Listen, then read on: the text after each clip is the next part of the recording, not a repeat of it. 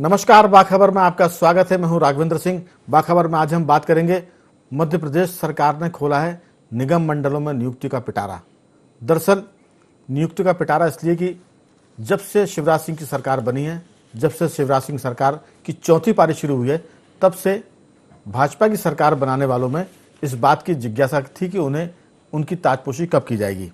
दरअसल आज लंबी प्रतीक्षा के बाद 25 नेताओं को भाजपा सरकार ने निगम मंडलों में अध्यक्ष और उपाध्यक्ष के पद से नवाजा है। इसमें सबसे खास बात यह कि 4 भाजपा के संगठन में मंत्री रह चुके हैं, संगठन मंत्री रह चुके नेताओं को भी निगम मंडलों का अध्यक्ष बनाया है। ये भाजपा के इस फैसले में सबसे खास बात निकल कर आई है। इसमें यह भी खास बात है कि कुछ नेताओं पर भ्रष्टाचार के आरोप भी लगे थे, लेकिन आपको हम बता दें कि ज़्यादातर जो नेता निगम मंडल में अध्यक्ष और उपाध्यक्ष बनाए गए हैं वो ज्योतिराज सिंधिया के समर्थक थे।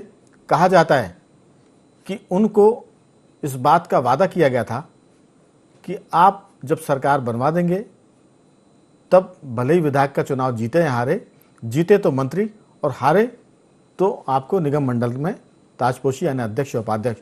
तो कह सकते हैं कि शिवराज सिंह चौहान ने अपने वादे पूरे किए हैं और ये वादे पूरे करने वाली सूची है। अक्सर राजनीति में वादे कम पूरे होते हैं, लेकिन इस बार वादे पूरे किए गए। मैं आपको नाम पढ़कर बताता हूं। जो 25 नाम है उसमें से कुछ खास नेताओं के पाठ्य पुस्तक निगम में अध्यक्ष बनाए गए हैं। शैलेंद्र बरुआ भाजपा के संगठन मंत्री रह चुके हैं। इसके बाद मध्य प्रदेश कौशल विकास रोजगार निगम बोर्ड के अध्यक्ष बनाए गए हैं शैलेंद्र शर्मा। ये उमा भारती की सरकार में भी इसी पद पर बने थे, अध्यक्ष थे। शैलेंद्र शर्मा भाजपा के पूर्व मंत्री लक्ष्मी नारायण शर्मा के चिरंजीव हैं, वो राज्यसभा के सदस्य भी थे। इसके अलावा पाठ्य पुस्तक निगम में उपाध्यक्ष बने हैं प्रहलाद भारती। मध्य प्रदेश खादी बोर्ड के अध्यक्ष में जितेंद्र लिटोरिया, ये भी भाजपा के संगठन मंत्री रह चुके हैं। मध्य प्रदेश लघु उद्योग निगम की अध्यक्ष बनाई गई है इमरती देवी, जो मंत्री थी, सिंधिया समर्थक थी, लेकिन उपचुनाव में वो हार गई थी। मध्य प्रदेश स्टेट एग्रो के जो अध्यक्ष बनाए गए हैं वो ऐदल सिंह कंसाना, ये भी सिंधिया समर्थक है। ऊर्जा विकास निगम के अध्यक्ष बनाए गए गिरिराज दंडोतिया। रविदास मध्य प्रदेश हस्तशिल्प निगम के अध्यक्ष बनाए गए रणवीर जाटव। राज्य पशु एवं कुक्कुट विकास निगम के अध्यक्ष हैं जसवंत जाटव। मध्य प्रदेश बीज एवं फार्म विकास निगम के अध्यक्ष मुन्नालाल गोयल और इसी निगम के उपाध्यक्ष हैं राजकुमार कुशवाहा। और पिछड़ा वर्ग एवं अल्पसंख्यक वित्त निगम के अध्यक्ष हैं रघुराज कंसाना और इसी निगम के अध्यक्ष हैं अजय यादव। मध्य प्रदेश राज्य कृषि विपणन बोर्ड के अध्यक्ष हैं सुश्री मंजू दादू। मध्य प्रदेश राज्य पर्यटन निगम के उपाध्यक्ष हैं नरेंद्र सिंह तोमर और मध्य प्रदेश राज्य पर्यटन विकास निगम के अध्यक्ष हैं विनोद गोटिया। तो ये बहुत सारे नाम हैं जिनको मैं बीच में आपसे रूबरू कराता रहूंगा कि आखिर इंदौर विकास प्राधिकरण के अध्यक्ष बने हैं जयपाल चावड़ा, ये भी इंदौर के संगठन मंत्री रह चुके हैं। हमारे साथ इस महत्वपूर्ण मुद्दे पर चर्चा के लिए टेलीफोन लाइन पर मौजूद हैं वरिष्ठ पत्रकार जयराम शुक्ल और अरविंद तिवारी, और स्टूडियो में मौजूद हैं वरिष्ठ पत्रकार हमारे साथी डॉक्टर राहुल रंजन। आप तीनों का बहुत बहुत स्वागत है। जयराम शुक्ल जी, विंध्य की बात हम करें तो विंध्य फिर अछूता रह गया। मंत्रिमंडल में भी विंध्य के कम लोग हैं। संगठन में अगर बीजेपी की बात करें तो वहां भी संगठन में भी जितने विधायक विंध्य ने जीतकर भाजपा को दिए हैं, मुझे लगता है कि उस मुकाबले विंध्य क्षेत्र का प्रतिनिधित्व कम है। अलग बात है कि उपचुनाव में एक सीट विंध्य की भाजपा ने खो दी है। आपकी राय, जो 25 निगम मंडलों में अध्यक्ष उपाध्यक्ष बनाए गए हैं, किस ढंग से देखते हैं, क्या सोचते हैं? नहीं, देखिए, मैं तो बिल की बात नहीं करूंगा। पहली बात तो ये कर रहा हूँ और आपकी ही डिबेट में लगभग किसी दिन मैं ये कह चुका हूँ कि ज्योतिरादित्य ही मध्य प्रदेश के भविष्य के चेहरा है। और इस पूरी सूची को आप निकाल के देखें तो उनका पूरा आभा मंडल इस पूरी सूची में दिखेगा। सवाल सिर्फ विंध्य का है। तो विंध्य में क्या है कि विंध्य के जो स्टालवर्ट नेता कांग्रेस में हुआ करते थे, समाजवादी पार्टी में हुआ करते थे, तो वो तो समय के साथ खत्म हो गए। भारतीय जनता पार्टी ने ही उद्भव किया था राजेंद्र शुक्ला का, उसको उनको भी खत्म कर दिया। यानी कि शहडोल के प्रभारी थे, सिंगरौली के प्रभारी थे, सतना के प्रभारी थे, रीवा के रहने वाले थे। यहाँ क्लीन स्वीप किया बीजेपी ने, क्लीन स्वीप। इसके बावजूद भी उनको इन स्थितियों में डाला, तो उनको भी कहीं ना कहीं मतलब एक मैसेज दे दिया कि बहुत ज्यादा आपकी साइज बनने की जरूरत नहीं, इसलिए हम आपको कटसाट करते हैं। तो उनको भी मंत्रिमंडल में नहीं लिया। इसके बाद भी मतलब इन सब परिस्थितियों के बाद लेकिन जयराम जी, मैं जरा सा रोकूंगा आपको। अभी तो मंत्रिमंडल में फेरबदल की बातें भी शुरू हो जाएंगी इसके बाद, तब संभव है कि विंध्य को उतना रिप्रेजेंटेशन मिल जाए जिसकी लोग उम्मीद कर रहे हैं। उसमें राजेंद्र शुक्ला का नाम भी हो सकता है। जी, मुझे नहीं लगता कि राजेंद्र शुक्ला को लेंगे। राजेंद्र शुक्ला को इसलिए नहीं लेंगे, मैं खुले मुंह बोल रहा हूँ। बीडी शर्मा है, नरोत्तम मिश्रा है, ये दोनों ब्राह्मण हैं। ये दोनों मुख्यमंत्री पद की दौड़ में हैं और राजेंद्र शुक्ला का ट्रैक रिकॉर्ड बहुत अच्छा है, बहुत अच्छे परफॉर्मर मिनिस्टर रहे। तो राजेंद्र शुक्ला को क्यों आने देंगे ये मंत्रिमंडल में? जी, मैं खुले मुंह बोल रहा हूँ। जी जी, ये राजेंद्र शुक्ला को मंत्रिमंडल में आने ही नहीं देंगे। लेकिन बहुत सी चीजें तो जयराम जी, हालांकि चर्चा थोड़ी सी भटक जाएगी, लेकिन चूंकि बात चली है तो मैं इसमें जोड़ना चाहूंगा। बहुत सी चीजें मुख्यमंत्री की पसंद नापसंद पर भी डिपेंड करती है। राजेंद्र शुक्ल को शिवराज सिंह चौहान पसंद करते हैं, तो उम्मीद करनी चाहिए कि जब कभी विस्तार या फेरबदल होगा तब राजेंद्र शुक्ल जैसे चेहरे जो बहुत सौम्य है उनको जगह मिल सकती है। जी, आगे बात बताएं। माड़ी कर रहा हूँ, नहीं आएंगे। चलिए, बीडी शर्मा और नरोत्तम मिश्रा इनको आने नहीं देंगे। जी, चलिए अपना मैं सोच रहा हूँ कि फोकस करते हैं निगम मंडल पर। जी, जयराम जी, जी, निगम मंडल में 4 ऐसे लीडर हैं जो भाजपा के संगठन मंत्री रह चुके हैं। एक इंदौर के संगठन मंत्री थे, उनको भी लिया गया है, चावड़ा जी हैं। आशुतोष तिवारी भोपाल के संगठन मंत्री रह चुके थे, इनको भी लिया गया है। और शैलेंद्र बरुआ और जितेंद्र लिटोरिया, ये भाजपा के 4 संगठन मंत्री रह चुके हैं संभागों में, इनको भी ताजपोशी हुई है। और कई पुराने चेहरे इस अभी आज की सूची में उनको जगह नहीं मिली है। क्या आगे जो सूची निकलेगी, क्योंकि निगम मंडलों की लंबी फहरिस्त है, हो सकता है उनमें एडजस्टमेंट हो, लेकिन जो सूची आप देख रहे हैं उसमें आपकी बहुत संक्षेप में राय, तो मैं बातचीत को अगले दौर की तरफ ले जाऊं। जयराम जी, हक बनता है। ये लोग तो सब कुछ छोड़ छाड़ के और संगठन के लिए काम करते हैं, सब कुछ वो देते हैं। इनके दायित्व को सीमित कर दिया गया और एक नया स्ट्रक्चर बना संगठन में। तो इन लोगों का एक लंबा सुदीर्घ संगठनात्मक अनुभव है और भविष्य के चुनाव हैं, तो इनकी उपयोगिता तो देखिए है जी। और ये लोग बिल्कुल तपे तपाए लोग हैं जो अपना घर बार और ये सब छोड़ के संगठन मंत्री बनते हैं। तो इनको मौका तो मिलना चाहिए, इनकी संगठनात्मक तो क्षमता का उपयोग होना चाहिए, उससे अपना कोई ऐतराज नहीं है। दूसरी चीज क्या है ना, जो पूरी सूची रिफ्लेक्ट करती है कि भविष्य के नेता मध्य प्रदेश में ज्योतिरादित्य सिंधिया है। बिल्कुल, चलिए मैं लौटूंगा आपके पास। एक बात निकल कर आती है कि जो सिंधिया समर्थक हैं उनकी ताजपोशी हुई है, मंत्रिमंडल में भी उनको जगह मिली और जो हार गए थे उनको निगम मंडल में जगह मिली है। अरविंद तिवारी जी, आप इस सूची को किस ढंग से देखते हैं? मेरा सवाल आपसे भी यही कि 4 संगठन मंत्रियों को भी इसमें जगह मिली है और ये नई बात नहीं है, पहले भी ऐसा हो चुका है। लेकिन कुछ ऐसे मंत्री भी, संगठन मंत्री भी हैं जिन्होंने संगठन को दिया कम है, बल्कि संगठन का दोहन ज्यादा किया है। उन पर आरोप भी लगे थे, वो भ्रष्टाचार के आरोप भी थे और दीगर आरोप भी थे, हम उसकी गहराई में नहीं जाएंगे। लेकिन संगठन मंत्रियों को अगर आप सत्ता में जगह देंगे तो फिर जो लोग सत्ता के लिए काम करते हैं, टीम है कार्यकर्ताओं की, वो कहाँ जाएगी? इसमें एक चीज और जोड़ूंगा अरविंद जी में कि बुधनी विधानसभा क्षेत्र की आदिवासी लीडर हैं निर्मला बारेला, इनको भी मध्य प्रदेश अनुसूचित जनजाति वित्त विकास निगम का अध्यक्ष बनाया गया है। ये भी एक बड़ी बात है, आपकी राय? देखिए राघवेंद्र जी, संगठन मंत्री का दायित्व जो नेता संभाल रहे थे, जब उन पे उंगलियां उठने लगी थी और बहुत से आरोप लगने लगे थे, उसके बाद ही संभागीय संगठन मंत्री और जिला संगठन मंत्री की व्यवस्था को समाप्त करने का निर्णय लिया गया था। ये सर्वविदित है, इसमें कहीं कोई वो नहीं। ये माना गया था कि कहीं न कहीं संगठन मंत्री स्वच्छंद होते जा रहे हैं, कार्यकर्ताओं जिस अपेक्षा के साथ उन्हें तैनात किया गया है, कार्यकर्ताओं की वो सुनवाई नहीं कर पा रहे, पार्टी बन जाते हैं और पार्टी के जो प्रभावशाली नेता वो उन्हें अपने घेरे में ले लेते हैं, है ना। इसी के चलते एक फैसला हुआ था कि अब ये संगठन मंत्री की व्यवस्था को समाप्त कर दिया जाए।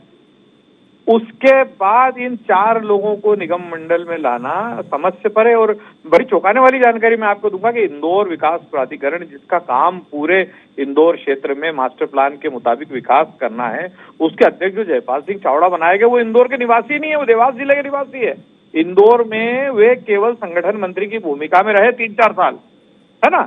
संगठन मंत्री आपको मालूम है फेरबदल होता रहता है, कभी वो पहले कहीं दूसरे जिले में थे, उसके बाद उनको संभागी का दायित्व, दूसरे संभाग में थे, फिर इंदौर संभाग का दायित्व मिल गया। तो मतलब इंदौर विकास प्राधिकरण जैसी संस्था का अध्यक्ष जिन जयपाल सिंह चावड़ा को बनाया गया वो इंदौर जिले के निवासी नहीं है, बिल्कुल वो देवास जिले के निवासी है।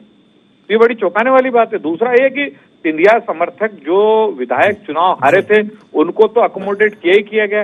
लेकिन मैं आपको उदाहरण देना चाहूंगा कि बदनावर में मैं एक सेकंड दूंगा। हमारे साथ अरविंद जी, चैतन्य भट्ट भी जुड़ गए इंदौर जबलपुर से। चैतन्य जी, आपका बहुत बहुत स्वागत है।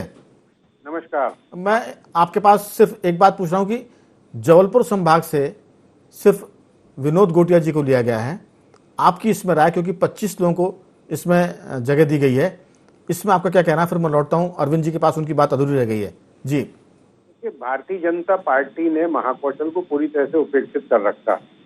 कांग्रेस के समय में अकेले जबलपुर से 2-2 कैबिनेट मंत्री थे, महाकौशल को बहुत ज्यादा महत्व मिला था, मुख्यमंत्री वहीं के थे। लेकिन भारतीय जनता पार्टी में आप देखिए कि महाकौशल से एक भी मंत्री, एक राज्य मंत्री स्तर का व्यक्ति है। दूसरी बात, जो निगम मंडलों में नियुक्ति हो रही है उसमें सिर्फ एक विनोद गोटिया को पर्यटन निगम का अध्यक्ष बनाया गया। विनोद गोटिया बहुत लंबे समय से संघर्ष कर रहे हैं और आज तक उनको कभी कोई ऐसा पद नहीं मिला था। ये प्रसन्नता की बात है कि जबलपुर से कम एक व्यक्ति को पर्यटन निगम का अध्यक्ष बनाया गया है। लेकिन इसमें आप ये पूरे जो नियुक्तियां हुई हैं, इसमें आप देख लीजिए, जयराम शुक्ला जी बिल्कुल सही कह रहे थे कि अगला जो चेहरा होगा वो ज्योतिरादित्य सिंधिया होगा, क्योंकि आप देखिए कि हारे हुए लोगों को निगम मंडल में नियुक्ति अध्यक्ष उपाध्यक्ष बनाया जा रहा है। वो भारतीय जनता पार्टी के जो जीते हुए लोग हैं उनको किनारे कर दिया गया। तो ये तो बहुत दिनों से अंदर अंतरकलह की स्थिति बन रही है, क्योंकि जब मंत्री बनाए गए थे वो भी सिंधिया के सारे समर्थक मंत्री बना दिए गए। लेकिन चैतन्य भट्ट जी, सरकार भी तो सिंधिया की वजह से आई है। अगर उनके लोगों को एडजस्ट नहीं किया जाए तो ये उनके साथ भी बेईमानी हो जाएगी। अगर वादे किए सरकार ने और सरकार वादे पूरे कर रही, तो मेरे ख्याल से इसमें शिवराज सिंह जी और भाजपा संगठन बधाई की पात्र है कि सियासत में लोग वादे करते हैं अक्सर तोड़ने के लिए, लेकिन ये वादे पूरे कर रहे हैं। सिंधिया की बात हो चाहे सिंधिया के साथियों की बात हो, उनको तरजीह दी जा रही है। मैं लौटूंगा आपकी बात आपके पास। भाजपा संगठन में अगर असंतोष होगा तो बीजेपी अपने असंतोष को शमन करना जानती है, उसका समाधान ढूंढ लेती है। अरविंद जी की बात अधूरी रह गई थी, अरविंद जी अपनी बात पूरी करें। देखिए, राजेश अग्रवाल को सिविल सप्लाई कॉर्पोरेशन का उपाध्यक्ष बनाया गया जी। ये राजेश अग्रवाल वो हैं जो 2018 के चुनाव में बगावत करके चुनाव लड़े थे और भंवर सिंह शेखावत को वहां चुनाव बदनावर में हारना पड़ा था। जब उपचुनाव की स्थिति आई, राघवेंद्र जी आप मेरी बात सुन पा रहे हैं? जी, आपकी आवाज आ रही है।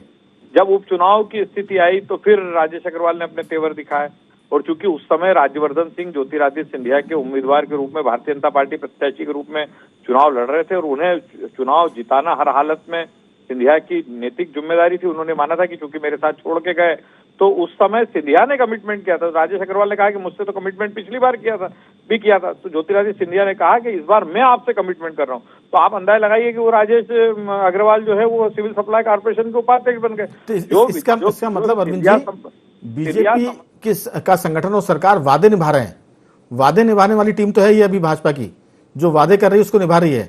इसके बाद और भी किस्तें निकलेंगी, अभी तो 25 ही नियुक्त हुए हैं।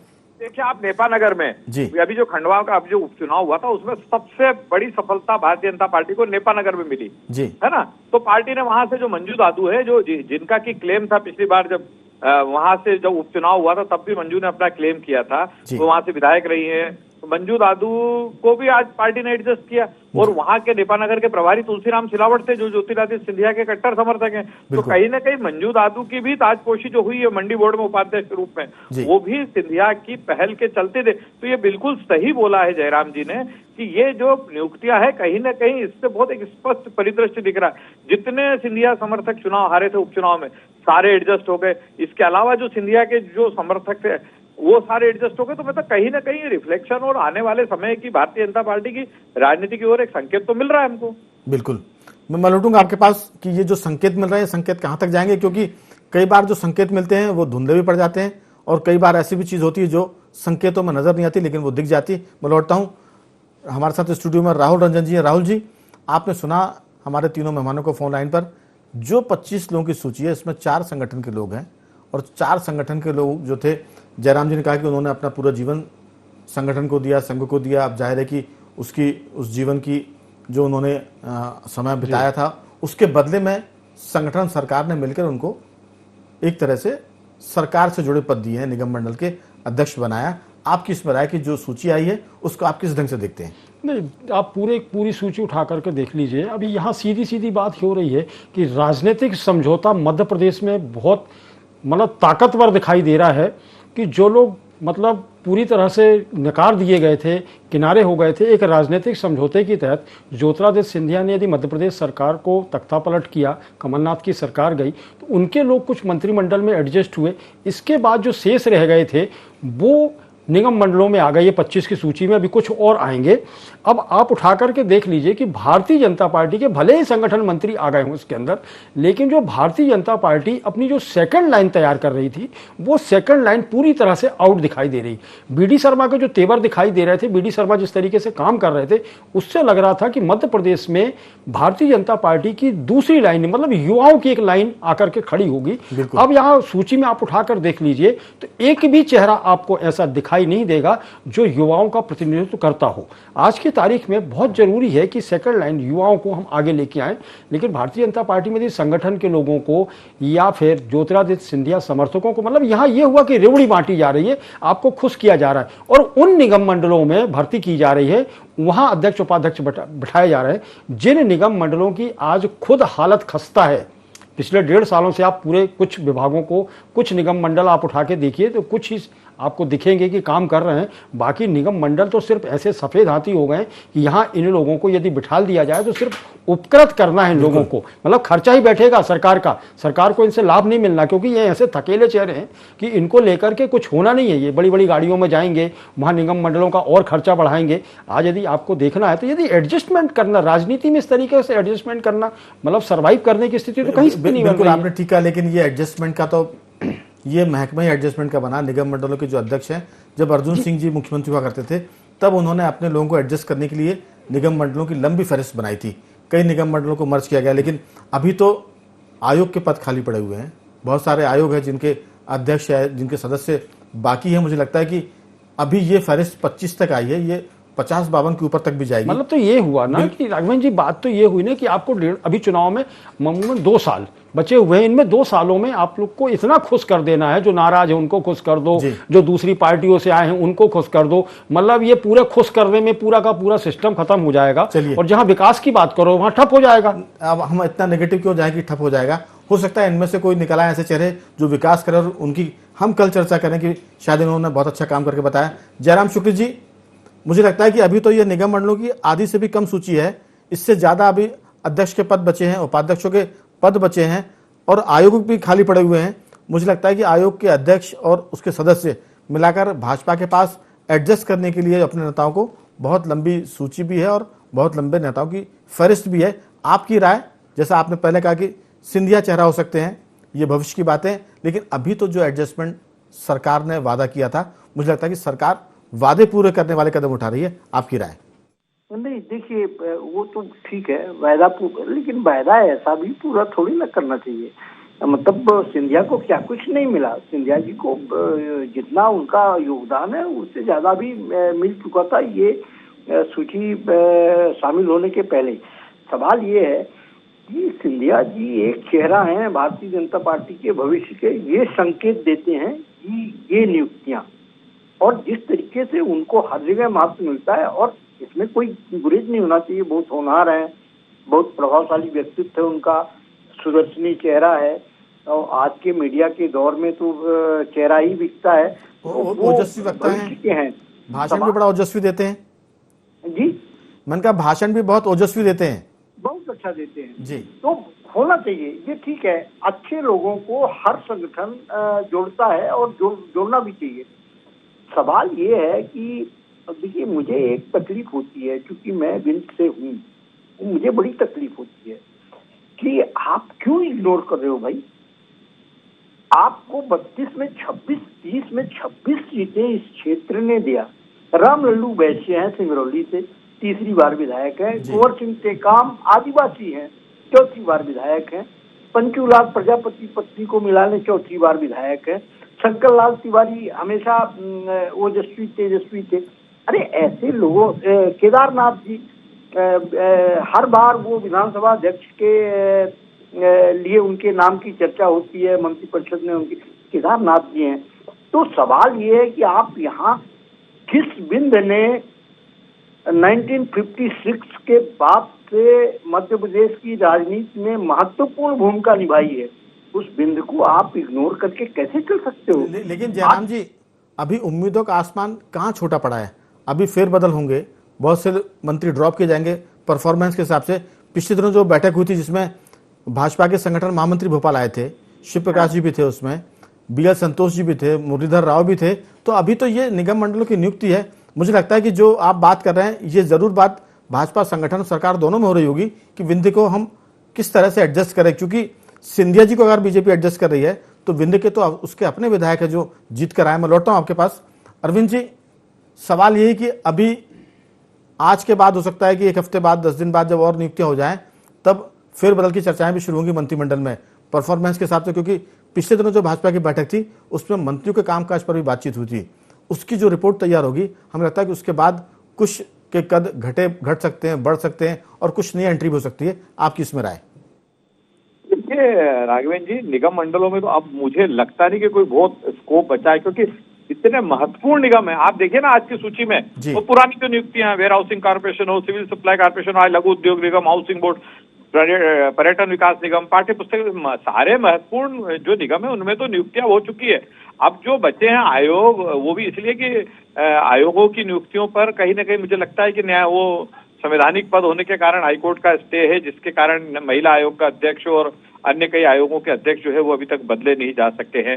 तो मेरा ऐसा मानना है कि अब निगम मंडलों में कोई, ठीक है कुछ छुटपुट उपाध्यक्ष के पद और ऐसे हो सकते हैं या कुछ निगम बचे हुए हों, लेकिन अब जितने क्रीम, जिसको हम कहते हैं ना पॉलिटिकल भाषा में क्रीम कॉर्पोरेशन, उसमें वो तो सब उनपे तो उनमें सब में नियुक्तियां हो चुकी है। और ज्यादातर जो बहुत अच्छे निगम थे या तो वो सिंधिया समर्थकों के पास गए हैं या फिर जो संगठन मंत्री जिन्हें वापस लिया था पार्टी ने वापस लौटा दिया था संघ को, उन्हें ये पद मिले हैं। बाकी तो जितने हैं, अब आप देखिए ना कि नरेंद्र बिरथरे कितने सीनियर MLA हैं पार्टी के, उन्हें जिस निगम में उपाध्यक्ष बनाया गया उस निगम में क्या कामकाज का स्कोप है, और शैलेंद्र शर्मा उस निगम के अध्यक्ष है।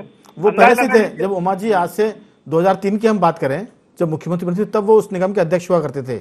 उस बोर्ड के जो मध्य प्रदेश कौशल विकास एवं रोजगार निर्माण बोर्ड है, शैलेंद्र शर्मा उस समय उसके अध्यक्ष हुआ करते थे। जी, नरेंद्र बिरथरे पार्टी के कितने वरिष्ठ नेता ये हम देख रहे हैं जी, है ना। आपने देखा 2 बार के विधायक हैं, उमा जी के साथ उन्होंने लंबी लड़ाई लड़ी है, और नरेंद्र बिरथरे को जिस निगम में उपाध्यक्ष बनाया गया, आप उस निगम का स्टेटस तो देखें। तो ऐसी बहुत सारी बोले, मुझे नहीं लगता। लेकिन शुरुआत में जो आपने कहा था अरविंद जी, कुछ ऐसे भी संगठन से जो लोग आए जिन पर आरोप लगे थे भ्रष्टाचार के आरोपों के चलते, जिनको हटाया गया था, दिल्ली से लेकर संघ परिवार ने उस पर चिंता जताई थी और इसीलिए उनको हटाया गया था। उनकी ताजपोशी होने के पीछे भी मुझे लगता है कोई बड़े कारण होंगे, हम उस पर बाद में लौटेंगे। लेकिन अभी समय हमारे पास सिर्फ 2 मिनट का बचा है। मैं लौटता हूं आपके पास, अपना वाक्य पूरा करें, फिर मैं आता हूं भट्ट जी की तरफ। जी अरविंद जी। मैं तो अभी भी इसी बात पे बिल्कुल कायम हूं कि जिन संगठन मंत्रियों पे उंगली उठी थी, जिन पर आरोप लगे थे और जिसके कारण भारतीय जनता पार्टी को अपनी संगठन मंत्री व्यवस्था पर पुनर्विचार करने के लिए मजबूर होना पड़ा था, आखिर ऐसे क्या कारण रहे कि उन संगठन मंत्रियों को महत्वपूर्ण निगमों में मौका दिया गया। और जयपाल सिंह चावड़ा का तो फिर मैं उल्लेख करूंगा कि वो इंदौर जिले के निवासी ही नहीं है, देवास जिले के निवासी, और उन्हें इंदौर विकास प्राधिकरण, जिसका दायरा सिर्फ इंदौर शहर है, वहां का अध्यक्ष बना दिए गए। बिल्कुल, चलिए, पूरा देश अपना कोई कहीं भी बन सकता है, आप उसको इतना मत गंभीरता से लीजिए। देवास इंदौर एक ही है, थोड़ा सा फर्क है। मैं लौटूंगा भट्ट जी, आपकी इस पर क्या टिप्पणी है? देखिए, जो अभी तिवारी जी ने भी कहा कि जो जितने क्रीम, जिनको हम राजनीतिक भाषा में क्रीम निगम मंडल कहे जाते हैं, उनमें सब में नियुक्तियां हो चुकी हैं। और सबसे बड़ी बात यह है कि जो जीते हुए विधायक हैं, जो भारतीय जनता पार्टी में बरसों से दरी पट्टा उठा के आज इस स्थिति में पहुंचे हैं कि वो विधायक बने हैं, उनको अगर आप किनारे करके हारे हुए विधायकों को की ताजपोशी कर रहे हैं, तो ये निश्चित तौर पे कहीं ना कहीं उनके मन में एक पीड़ा का सबब बनता है। आप ठीक है लेकिन इन्हें चैतन्य भट्ट जी, एक बात तो आप मानेंगे कि अगर किसी से वादा किया था उसको पूरा कर रहे हैं तो ये भी अच्छी बात है। जिनसे वादा पूरा किया गया आप उनके दिल से पूछिए, वो खुश हो रहे होंगे इस समय। नहीं देखिए, वादा, राजनीति में वादा पूरा करना या ना करना कौन सी बड़ी बात। जनता तो फिर लोग ये भी तो कहते हैं क्या हुआ तेरा वादा। अब ये तो नहीं कह सकते कि साहब वादा किया था, आप वादा खिलाफी कर रहे हैं। नहीं तो ठीक है, आप कितना महत्व दोगे भाई, दूसरे लोग भी तो हैं भारतीय जनता पार्टी के बेचारे। चलिए, ये बीजेपी तय करेगी कितना महत्व देना और सरकार तय करेगी, लेकिन ये जरूर है कि जो सूची है ये बहुत दिनों से इसकी प्रतीक्षा की जा रही थी और 25 नाम इसमें आए हैं। आने वाले कुछ दिनों में अगर संगठन सरकार चाहेंगे और दिल्ली चाहेगा तो हमें लगता है कि ये सूची की फहरिस्त और हमें लंबी मिलेगी। आने वाले दिनों में कुछ नाम और भी मिल सकते हैं। राहुल रंजन जी, जो जिसका मैंने जिक्र किया था कि बुधनी क्षेत्र की एक आदिवासी लीडर है, उनको भी इस अध्यक्ष पद से नवाजा गया है। ये बड़ी बात मैं जिसका करूं, श्रीमती निर्मला बारेला, ये मध्य प्रदेश अनुसूचित जनजाति वित्त निगम की अध्यक्ष बनाई गई है। पिछले कुछ दिनों से बुधनी विधानसभा क्षेत्र में आदिवासियों को लेकर कांग्रेस बहुत एक्टिव थी। हमें लगता है कि उसका तोड़ ढूंढने के लिए ये वहां से उनको बनाया गया ताकि आदिवासियों में ये कहा जाए कि हमने आदिवासी लोगों को नेतृत्व दिया। हालांकि वहां मुख्यमंत्री शिवराज सिंह जी पर्याप्त है, वो सबका एक तरह से रिप्रेजेंटेशन करते हैं, सबको बराबर से देखते हैं, लेकिन कहीं ना कहीं कांग्रेस के आदिवासी एक तरह से इशू की वजह से निर्मला बारेला को अध्यक्ष बनाया गया। ये एक बड़ी बात है जी। नहीं, सही बात है कि मतलब कहीं कहीं प्रतिनिधित्व की बात आती है तो तुरुप का पत्ता तो कोई भी पार्टी राजनीतिक दल छुपा के रखती है अपने पास में। यदि खेला है भारतीय जनता पार्टी ने तो कांग्रेस को मौका मिलता वो भी खेलती। लेकिन सबसे बड़ी बात यह है कि लंबे समय से इंतजार हो रहा था इस निगम मंडलों में नियुक्तियों का, खत्म हो गई। ये कम से कम शुरुआत हुई, 25 नाम आए, विरोध होते रहेंगे, आती रहेंगी चीजें, कोई बात नहीं, लेकिन शुरुआत हो गई। बहुत लंबा इंतजार किया इस प्रदेश में। समय कम है। चारों मेहमानों का बहुत बहुत धन्यवाद। जयराम शुक्ल जी आपका भी धन्यवाद, भट्ट जी आपका भी धन्यवाद, और अरविंद तिवारी जी आपका भी, और राहुल रंजन जी। कुल मिलाकर भाजपा की ये सूची जारी हुई है। लोग अपने हिसाब से इसका छिद्रानुवेशन करेंगे, पोस्टमार्टम करेंगे, लेकिन जिनको बनाया, अध्यक्ष बनाया, उनको बधाई। वो अच्छा काम करें और साबित करें कि उनका चयन ठीक हुआ है। बाखबर में आज सिर्फ इतना ही। कल किसी और मुद्दे पर आपसे बात करेंगे। तब तक बने रहिए हमारे साथ और देखते रहिए IND 24।